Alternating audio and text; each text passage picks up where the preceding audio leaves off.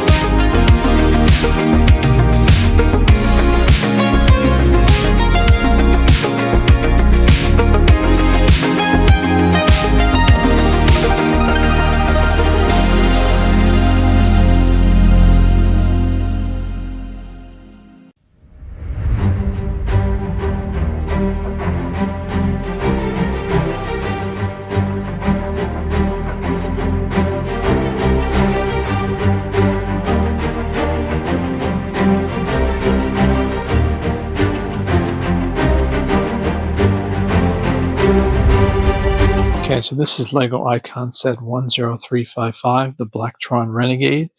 This set comes with 1,151 pieces and retails in the US for $99.99. It's a remake of the 1987 Blacktron Renegade from the Blacktron series, and it's also a follow-up to the GWP that was put out a couple years ago, which was the Blacktron Cruiser. I'll put a link to the video that I made a couple years ago for that one. This is a very interesting set. I enjoyed building it. It's a little bigger than I thought it was going to be, but it does have some cool features that kind of come apart. And the set does come with 3 minifigures. All of them have the same spacesuit and helmet. So there's really nothing unique about them, not even different colors like they did with the previous spaceship release they had also a couple of years ago. And then these are also the same minifigures that were released with the GWP, and I'd imagine possibly with the 87 set as well. The set also has a rover that it comes with a seat for one of the minifigures, as well as 2 or 3 tools in the back here. This is a fun little tool. It does, or little car. It does actually fit in the spaceship, which I'll show you in a second. But I do like how they designed this. Again, I can't compare it to the 87 set, but this is very similar to that. The ship itself is actually really interesting. It has again, it's all black and yellow. Those are 2 of the primary colors. This is the cockpit here, which does have an opening. And then this actually does detach. This has 2 wings that come out left and right, and this actually does detach from the set.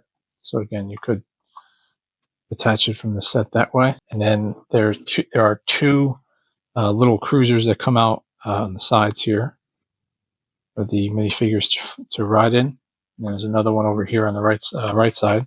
And then there's also 2 little, I guess these are proton packs or battery packs that that fit into the back of the cruiser here. And then one thing that the set does really well as well is, so this is the car, the rover, and then that just fits right in underneath in the middle of the spaceship, which is a kind of a cool little feature. The back of this has no real functionality. You turn this left to right and it does sort of release it up and down and outside of the ship.